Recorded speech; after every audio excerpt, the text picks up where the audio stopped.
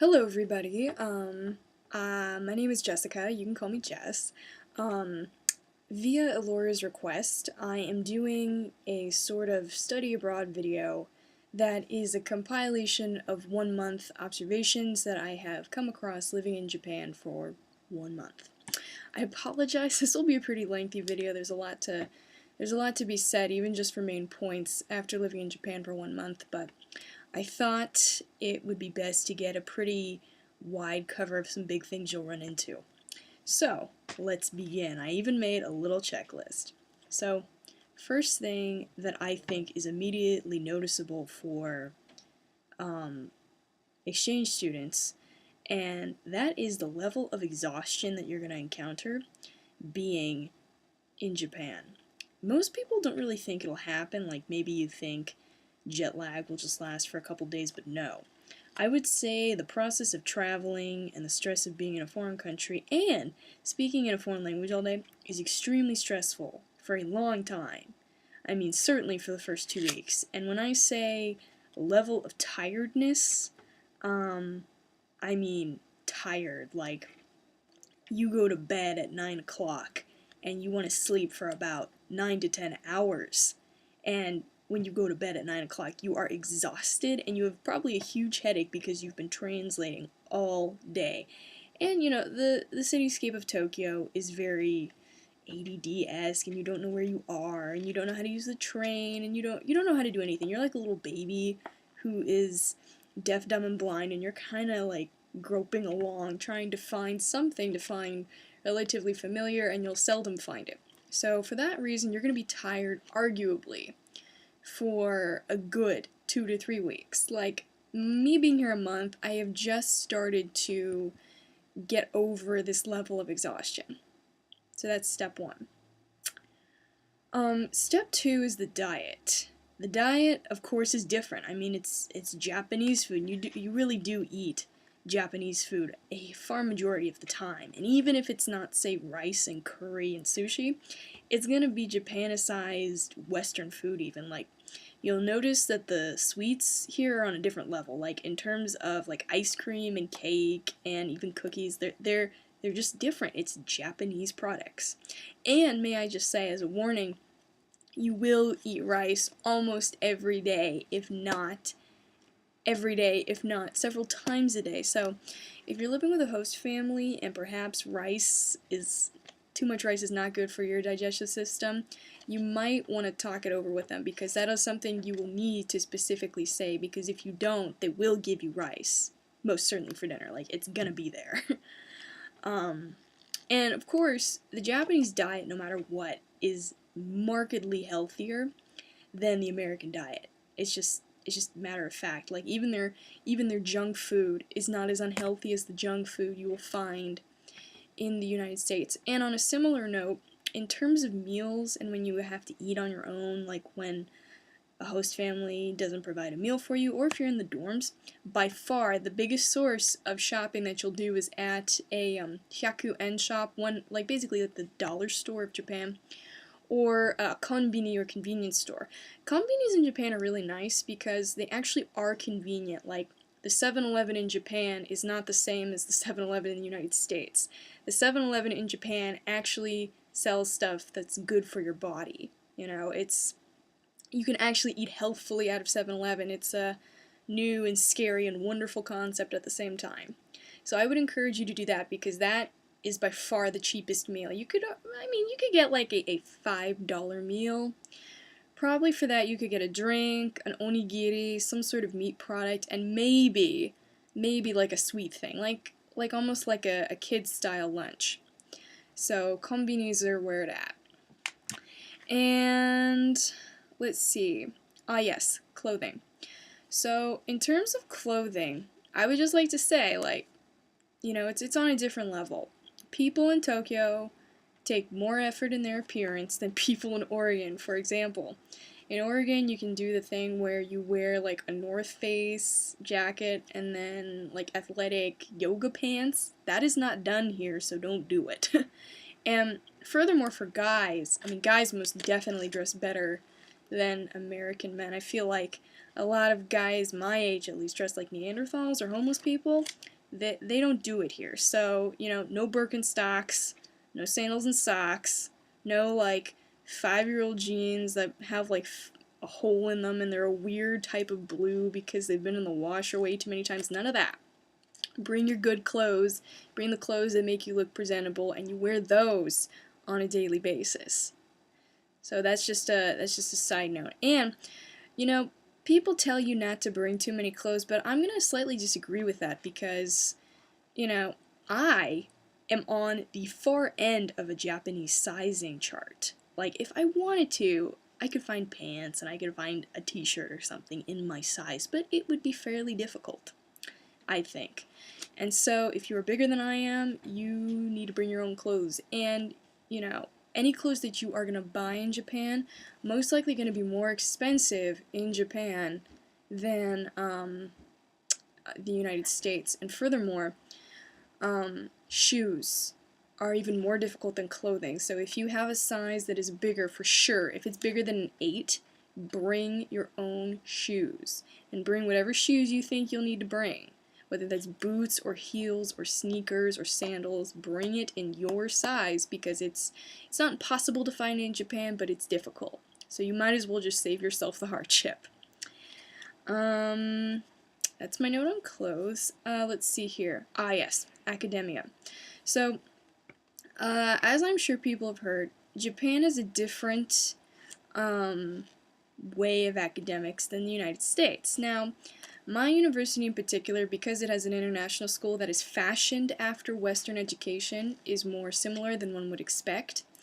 But the thing is that it's still different, and I'll tell you why. Number one, these classes meet far less than American classes. Like, for instance, let's say you signed up for Western History 101. That class would theoretically meet 3 times a week in the United States for an hour. You know, Monday, Wednesday, Friday from 10 to 11. In Japan, it meets once, maybe twice a week, but the sessions are long. The Waseda system goes on a period schedule, and each period is about an hour and a half. So they could meet for 1 period or 2 periods. So just be prepared that you could have long classes, but they don't meet super often, which is nice. Let's see, Japanese classes. I really like the Japanese classes here. I think there's something to be said for the fact that they're not every day, and they're not as homework as intensive, which I find so nice. Because back in the United States, Japanese classes, with the amount of homework they give, it's just irritating. You know, it's so irritating, and it in some ways makes the class more difficult because you could theoretically be doing great in the class, but your homework grade is just like close to nothing, and you're at like a B- versus an A where you should be. So far I haven't run into that problem. And may I just stress that it is extremely important to choose your appropriate Japanese level. Meaning, if the Japanese class seems hard in the beginning, you probably shouldn't take it. That's my opinion, because I was originally going to take level 3 at Waseda, and I decided to take level 2, and thus far I think that's a very good decision, because with Japanese classes, they're going to eventually get difficult, and it's better to have a good solid base and then work your way up and get super advanced than be struggling in these advanced classes. It's not to your benefit, and you're going to have other classes to struggle with anyway in school.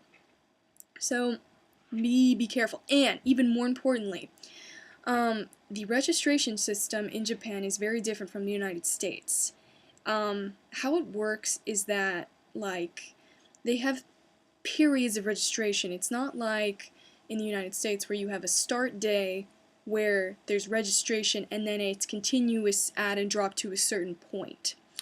No. First of all, there are periods. So, for example, the first registration will be a week before school starts, and it'll go on for 3 days. And then you only have that period of 3 days for the first registration to do something. Then, once that is set, once it's ended and classes start, like the first day, the next registration won't come for about another week. So you have to be on top of it, and be very careful. After the last registration, most Japanese colleges will not and I mean will not, let you drop a class. Even if you have an excellent reason and it just makes no sense whatsoever for you to take the class, they will not let you drop it. It is an example of Japanese bureaucracy and how sometimes it's a load of bull. So don't make the mistake that I did by forgetting to drop or add certain classes and then get stuck with these classes, because you will be stuck with them. And be forewarned, the Japanese do not have a withdraw option, and seldom do they have pass or no pass. It's graded only. And I believe through Oregon you can elect at pass no pass, but rarely will you get the opportunity of a W, so be careful. Check your schedule, add drop periods like 1,000 times to make sure you don't make that mistake. Let's see. Oh, another thing about the academic situation at Waseda is that Japanese universities don't have a Greek system like we do in the United States. So people are wondering what the social life is. How do you accrue the quality of social life that you might accrue in the United States if there is no Greek system? And the answer basically is that instead of the Greek system, Japanese colleges have a huge amount of clubs. And these clubs range anything from music to sports to writing to politics. In some ways it feels somewhat akin to high school, how high school had clubs. It's like that, but it's a lot more fun. It's a lot more fun, and it's a lot more involved, and a huge amount of variation. I think my university specifically is known for having hundreds of clubs. And oh, be forewarned, there is a difference between a club and a circle. A club, to put this in American terms, like let's say a sport, for example. A club sport is like playing an actual sport at a university. So like at Waseda, if there's something called the basketball club, it's serious business. Like you practice very certain times during the week and you don't miss practice. It's social, but it's hardcore.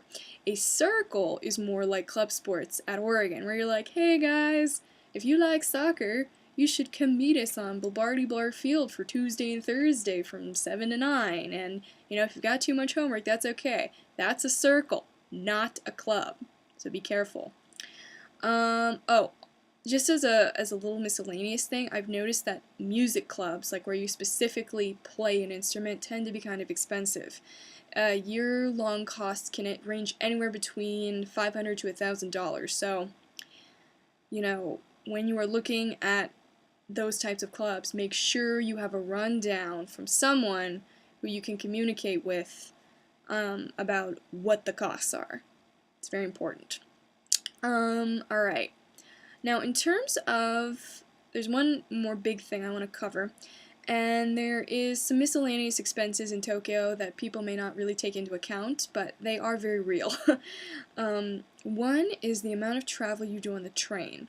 When you get to Japan, my program has done it where you get a very certain commuter pass that covers your house to the university, and that ends up being free once you pay for the card and the commuter pass. And I don't quite know how the fares work, but that's free for all intents and purposes. However, if you want to go anywhere, say you want to go to Shibuya, Harajuku, or Shinjuku, or anywhere in Tokyo via train, just be mindful you have to pay for it. And the farther away it is, of course, the more expensive it's going to be. Especially places that are like an hour away from your place, it can be fairly expensive to travel. I mean, you literally may end up spending 1,000 yen in commuting going there and back, so be careful of that. Another thing is, in Japan, of course, there is a huge drinking culture, and I mean, as far as I know, every Japanese student I know drinks, and there is a term called nomikai, and it's a drinking party, where either you and a group of people go to a bar or maybe like a slightly different location. You don't go to people's houses typically, that's just not done. It's usually a bar or some other drinking location, and you drink, and that can get expensive because typically at these places, even though the drinks may be cheap, you usually have to pay a cover charge of a certain time limit, then you pay for drinks, and then you pay for food. So that one excursion could realistically cost you 2,000 yen a person, so about $20 to $25. So just be mindful of that. And if you're looking for a job in Japan, the most numerous jobs by far are English tutors. I know that puts a bad taste in some people's mouth because obviously you didn't go 6,000 miles to speak English, but it is worth mentioning that it's a lucrative job and it typically pays the highest. It's going to certainly pay more than a restaurant or a bunch of other jobs. And I mean, native English speakers are in high demand. So just keep that in mind. Oh, one last thing that I'll just tag under miscellaneous is the idea of sexuality in Japan, especially for females. It's a kind of strange. In the United States, sexuality is regarded, I think, as exclusively an adult emotion, an adult phenomenon. But in Japan, that's not really the case.